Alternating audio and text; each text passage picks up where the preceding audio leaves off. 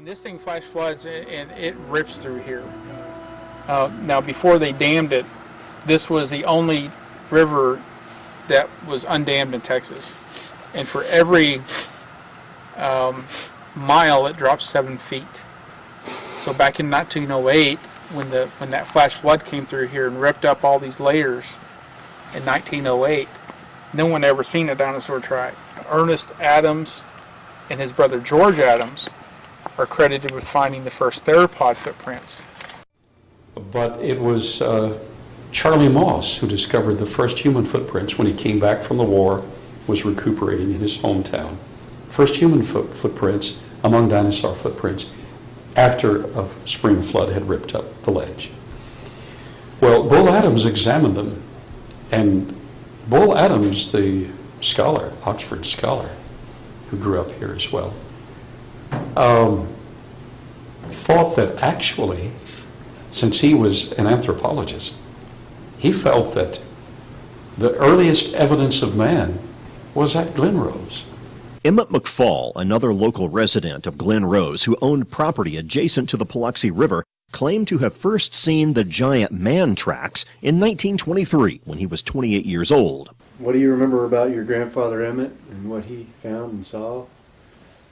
Well, of course, personally, I first remember in the 50s, in the early 50s when I was a young boy, but he bought this place in 1929. And just a year or two after he bought it, they had a big flood, and he'd uncovered some of the tracks that are visible today. But Emmett McFall, when we went to his house, it was the most unusual house, I guess it's still over there, and he had some of the tracks around a tree. He's the one that, he and Cecil Darty, the one that told me where they were, and then I take field trips every year. When the stock market crashed in 1929, the Great Depression hit, and many people did just about anything they could imagine to earn money. Several local residents, like Jim Riles and his wife, took up the side occupation of chiseling dinosaur tracks out of the riverbed and selling them to tourists. During the 30s, he had a man that worked for him that lived here on the place named Jim Riles, and Jim dug out what we call human tracks and dinosaur tracks, and they sold them to different people. To the residents of Glen Rose, Texas, the idea of man and dinosaurs living together was not so strange. Before the 1930s, the theory of evolution had not become widespread throughout the public education system. As a result, the residents in and around Glen Rose thought nothing of these giant human footprints in stone. The amazing thing about it is that I wasn't amazed at the time. And we were looking at these tracks, and I walked over to the side and I said, well, they must have been playing with the kids down here, because here's some boy or man tracks right alongside of them, but I didn't think anything about it. And until much, much later, found out the significance of man tracks with dinosaurs. I didn't have a problem with that. And until I started learning some of the things they were teaching in schools, that man came along a long time after the dinosaurs, supposedly. A very clear and pristine human track was extracted by Riles and then sold to a Dr. Cook in Cleburne, Texas. Well, I guess that was in the 30s, or it might have been in the 40s. He dug out a real good one that he sold to, he was a doctor, an MD over in Cleburne in Johnston County, and it was perfect. I never seen the actual track. My dad and my granddad did, but I seen pictures of it. But it had just perfect 5 toes, arch in the foot, heel just like we have today if we was to step in mud, and then the mud would harden, and form. I mean, it was perfect. Thousands of people claim to have seen this track, which was on display on the wall of the Cook Medical Clinic. Unfortunately, upon Dr. Cook's death, it is believed by his son that the track was stolen and is still missing to this day. In the late 1930s, early fossil hunter Roland T. Byrd came to Glen Rose looking for fossils and dinosaur tracks. His initial interest in Glen Rose was sparked by a set of fossilized human footprints he saw on display in a small Arizona trading post. Byrd was quoted as saying this in Natural History magazine, quote, "Yes, they apparently are real enough. Real as the rock could be. The strangest things of their kind I have ever seen." On the surface of each was displayed the near likeness of a human foot, perfect in every detail, but each imprint was 15 inches long. Roland T. Byrd actually etched his name in paleontological history by coming to Glen Rose and directing the excavation of a series of dinosaur footprints in the Paluxy Basin near the area that is now the state park. The May 1939 Natural History magazine article was the first and last time Byrd mentioned the human tracks in his writings of the Paluxy fossil tracks. A short time later, a geologist named Clifford LVerdict was inspired by the article and decided to investigate the Glen Rose tracks. Burdick began his search with the human prints he saw in the article taken from the storefront window in 1945 and managed to locate them in a small museum in Arizona. Now later in 1950, he published a short article entitled "When Giants Roam the Earth." Burdick continued to research and document the tracks throughout his lifetime, and multiple footprints, both dinosaur and human, were found and extracted from the riverbed. The primary reason they were extracted was because when exposed to the weather, they were subject to serious erosion due to the carbonic acid that built up on them. They would be preserved if extracted. You see, erosional factors are at play. Weatherizing the flow of the river. And when the river gets dry, carbonic acid actually eats into the rock. This is what happens when, over years of time, they get carbonic acid from the rainwater, and it just destroys, it just crumbles this rock, and it really erodes these tracks and eats them pretty quickly. The legend of the giant man tracks continued to grow stronger when in 1964, Dr. Billy Caldwell, a geologist from Fort Worth, Texas, received a startling revelation. I went into the stone business and started handling building stone for building that we would bring as a geologist. I could bring it from all over the United States.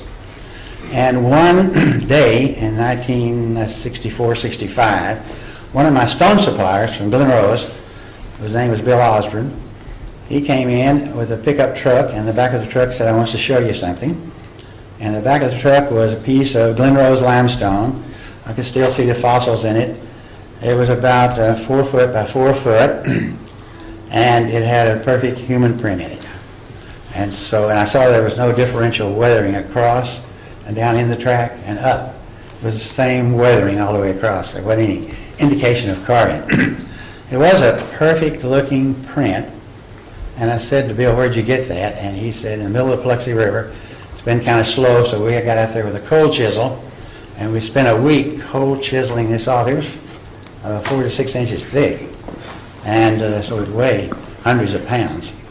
And then he told me one day, well, I said, "That is a really miraculous thing." And I asked him one day what he's going to do with it. He said, "I've had an offer, I think, of $800 from a man in Houston." So I said, "Well, I sure would like to have a casting of that if you're going to sell it." And so he made me a concrete cast. And that original casting is here in the museum. The concrete one. It was pretty heavy. The real print that Bill Osborne sold was last seen at the 1965 New York World's Fair. It has never been seen since, possibly like the Cook Medical Clinic print and artifacts that counter the evolutionary belief system. It was bought up and hidden away or possibly destroyed. The last scene of Raiders of the Lost Ark, where they're there, the storage area where they've hidden the Ark. That picture of we have good men working on it, it's hidden, and that's a pretty real depiction. I think they hide more things than they show, and we've run into that several times. In the late 1960s, the Reverend Stanley Taylor from Peoria, Illinois, heard about the human tracks through the writings of Clifford LVerdict and went to Glen Rose to investigate for himself. He conducted numerous interviews with old-timers, shot 16mm film, and even extended the existing human footprint trails by excavating the overburden along the bank of the river. Fresh new human and dinosaur tracks were found in the same rock layer next to each other, and one of the trails was named the Taylor Trail after its discoverer. A film called Footprints in Stone was made using a 16mm camera and released in 1972. This film showed numerous people putting their feet in the tracks with a near-perfect fit. For at least a decade, this film was shown to numerous church and school groups across the country. I became acquainted with the footprints down here in 1972. The film had just been made, Footprints in Stone. And in fact, it wasn't fully edited, put together, but was shown in raw form. And so I got very excited about that, and I wanted to see them myself. And there were a couple of young teenagers that were skeptics. Their parents attended where I preached. I got them to go with me on this trip. We rented a motorhome. I got to see the footprints, and they got to walk in them and stick their feet in them and feel that they fit. And they became devout Christians as a result of that. I saw the effect, and I believe this was very good evidence. By late 1989, erosion had taken a considerable toll on the Taylor Trail, but at least 3 of the tracks within the trail still displayed clear human footprint features. In 1989, these 3 tracks were maliciously destroyed. Someone had entered the riverbed and used a metal bar to demolish the remnants of the clearest tracks within the Taylor Trail. Another track researcher was Dr. Cecil N. Doherty, a chiropractor that moved to Glen Rose specifically because of the tracks. He spent 17 years investigating them and photographing them. In 1971, he came out with a book called Valley of the Giants, which gave descriptions, locations, and pictures of the giant human footprints.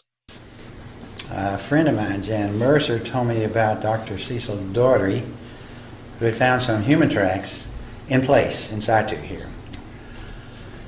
So we contacted him, and we came down here, and he took us to the tracks. They were perfect. They were over in this area, and between McFall and the park here. They were so perfect that it was unbelievable. Sometimes I'd bring them down, the water would be real deep, and we just had to kind of fill them. Other times the water was real low and we could see them. And there was 2 or 3 perfect tracks there. Carl Baugh came to Glen Rose in 1981 to excavate some of the dinosaur tracks. Dr. Baugh was a Christian but believed in evolutionary theory and cleaved to the idea that man and dinosaur were separated by 65 million years of time, and so was not expecting to discover the shocking revelation that changed his paradigm. So I finally came to Glen Rose. I was completing the master's in archaeology. I had referred to the possibility that there were human footprints among dinosaur footprints. So my mentor, Dr. Clifford Wilson, said, if you're going to refer to that, I'm assigning you an actual excavation. You'll need to go to Glen Rose and perform an actual excavation. So I got volunteers and did. At that point, I still personally held to the long ages. I accommodated the dinosaurs in the Mesozoic era of the past, and I felt that there was some substantiation to the Geological. And then I came to Glen Rose, performed the excavation, and to my absolute amazement, after excavating 19 dinosaur footprints, at the end of that slab, as I excavated through the clay, there was not only a dinosaur footprint, but 17.5 inches from the dinosaur footprint, there was a 16-inch human footprint. Now that blew my mind, because my paradigm didn't accept that. The most recent human footprint finding from the Paluxy River was in 2002. A resident of Stephenville, Texas, and amateur fossil hunter Alvis Delk was walking along a tributary of the Paluxy River when he came across a fairly large fossilized rock with a dinosaur footprint in it. The rock was lodged between several other rocks, and after about 45 minutes of work, he was able to get the slab loose. He took it home and stored it with the rest of his other fossil findings that he had accumulated through the years.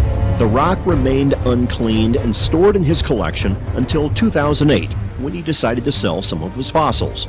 In preparation for selling the rock fossils, he took a soft brush and started to clean the dust and dirt off the slab when it revealed an amazing discovery. Within the tip of the dinosaur footprint was the outline and shape of a human foot. The rock clearly displayed all 5 toes, instep, and heel partially penetrated by a 3-toed theropod type of dinosaur. Here we have a human footprint, 11.5 inches in length, same length as the O.W. Willett print. This was discovered by Alvis Delk. Human footprint stepping first. Stepping on and intruding into the human footprint is an Acrocanthosaurus dinosaur footprint. Notice some of the mud was consolidated in the human footprint, and the dinosaur actually pushed it up into the human footprint as he moved forward. Spiral CAT scan technology has been applied in 2 certified laboratories and has found that under the human track, around it, under and around the dinosaur track, we have the same compression density. So it is genuine. Another significant footprint that Dr. Baugh obtained in 2010 was the O.W. Willett print, which was carved out of a limestone ledge along the banks of the Paluxy River in the 1950s at a location along the river where the current Dinosaur Valley State Park is located. Willett's family was in possession of the print for 60 years and finally decided to sell it to Dr. Baugh's museum. Retired park rangers have told people that they used to have yellow paint sprayed around the human tracks and would point them out to the public when they came to visit. But after evolution became popular in the 1970s, they were forced to tell the public that there were no human tracks in the park. When we investigated Dinosaur Valley State Park, we were told by the park interpreter that there were no human tracks in the park. You're not going to ask me anything about man tracks? If you do not want us to ask I you do anything not about want man to tracks, talk about man tracks. that's fine. Then we will not. Okay. Then we won't ask you those questions. Okay.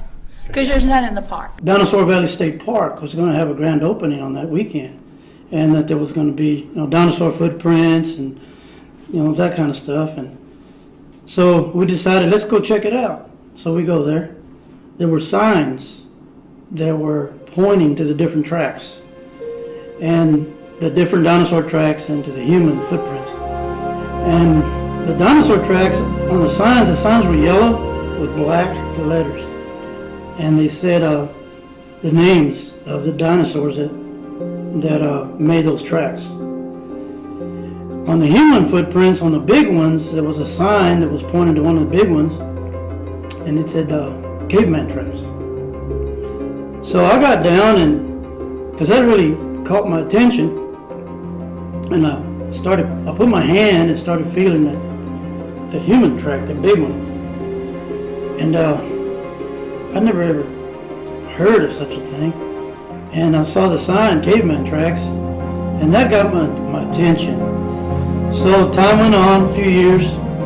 One day I was reading in Genesis. And I read, I think it's in Genesis chapter 6, where the Bible says that right before the flood that there was giants on earth. And right when I read that, it was like a slide, like a picture in my head. I remember that footprint that I had seen about 12 years before that. There at Dinosaur Valley State Park. And I told my wife, I got up and I told my wife, it says here that there used to be giants on the earth. We got to go in the car. We got to go. I got to show you these. So we made a beeline for the state park. 12 years had passed since the time that I'd been there with my buddies. And we went, my wife and I, and went down there and we looked and looked and looked. Couldn't find any human footprints anywhere. So go back into the office or there, the area where the rangers and all the people that work for the park were sitting behind their desks and stuff, and I'll go up to the counter. I said, what happened to those caveman tracks that y'all used to have out here? And they all looked at me and they didn't say anything. I said, what happened to the human footprints and the caveman tracks that you used to have here? And someone spoke up and said, we never had anything like that out here. I said, oh yes you did, back in 1972. I saw them and my buddy saw them. No, we've never had anything like that. So I left, and we were in the parking lot, but there was an elderly gentleman that was inside, and I didn't notice him, but he followed me outside. And he stopped me in the parking lot. And he said, pardon me, sir. And I said, yes. He said, I heard what you were saying inside. I heard what you were asking those people in there. He pointed to it's kind of wooded around in there. It's hilly and wooded. He pointed to the woods, and there was a building, a small building like a shed. And he said, those signs that you said you read, the caveman tracks and the dinosaur names that were on those signs, he said, they're in that shed, they're in the woods. That shed, you see it? I said, yeah, I see it. He said, those signs are in that shed. And I asked him, how do you know? He said, I put them there. And I said, you put them there? He said, yes, I put them there. He said, I used to work here back during that time that you're talking about. And I asked him, I said, well, what happened? And he said, well, they took the signs out and they took the footprints, they took them out. And I said, well, then they were here. He said, oh yeah, they were here. There are fossil footprints in almost every continent of the world. We find them in Asia, we find them in Africa, South Africa, we find them in France, Italy, Australia, Mexico, Central America, Nicaragua. Some of the footprints here locally are in Glen Rose. We also find them in Tennessee and in Kentucky, in Oklahoma, in Utah, in Arizona, in Colorado. And so this isn't really isolated to Glen Rose. These fossil footprints can be found on a global scale in many different parts of the world. There are two more sites in Texas, down near Sonora, Texas. There's a site where there are 5 in a right-left pattern. They were discovered in the 30s. A&M came down and studied them and documented them and photographed. I have their photographs. They're much more spectacular now, but they're still plain. 2 or 3 of them are just spectacular. In Cretaceous limestone. That's down at the southern extreme of the state. On the northern extreme, up in the Panhandle, you have another track that was there displayed in the courthouse of Stinnett, Texas, and it was there on display for years. It caused so much controversy that the fellow that owned it actually removed it, and it's in his home now. But there were actually initially 9 tracks, and in '52 they were in the newspaper. And we have the newspaper articles of these 9 tracks. Well, one of them has survived. We've learned the location of at least one other. Another amazing track that was found in New Mexico can be seen here. We had a mining permit at the time. We had a permit to be there and a permit to excavate. But you have to pass through about 5 different ranches in order to get to the spot. And the fellow that owned the ranch adjacent to the property, I mean, this was BLM property, the Bureau of Land Management, was not his, but he thought it was his. And we had the paper, the permit. He had a shotgun. And the shotgun trumps the paper every time. We had to leave. But we did get it well documented with cast and photographs, stereo photographs. We did not get the track. In 1968, amateur fossil collector William J. Meister discovered the fossil of a human footprint. When Meister first found the print, he took it to a geologist to examine it. The geologist offered him $250,000 for the print. Meister asked, "What are you going to do with it if I sell it to you?" The geologist responded, "I'm going to destroy it. It destroys my entire life's work as a geologist." They say a picture is worth 1,000 words. That statement has never been more applicable than in the human footprint controversy. Dr. Patton, in his lifetime of expeditions, has experienced numerous attempts to block, stall, and hinder the finding of the truth regarding man and dinosaur living contemporaneously. When you're messing both with their science and their religion, naturalistic religion, you really raise the ire, and the viciousness is more than is imaginable. You kind of get used to it. You try to work with it and avoid it, but it doesn't surprise and it doesn't deter. This evidence of fossil footprints in stone puts to rest the idea that man and dinosaurs were separated by 65 million years and supports the biblical model of creation. Evolution is a bankrupt theory. But what are the implications of the foundational battle of creation versus evolution? Either we arrived by a naturalistic evolutionary progression, or we arrived by special creation. In every major university around the world, in the philosophy department, the four great questions of life are taught, or they're asked. They're never answered. Those four great questions are, who am I? Where did I come from? What's my purpose here, and where am I going? Who am I if evolution is true? Nobody. Where did I come from? Came from a rock. What's my purpose? I'm fertilizer for the future. Where am I going?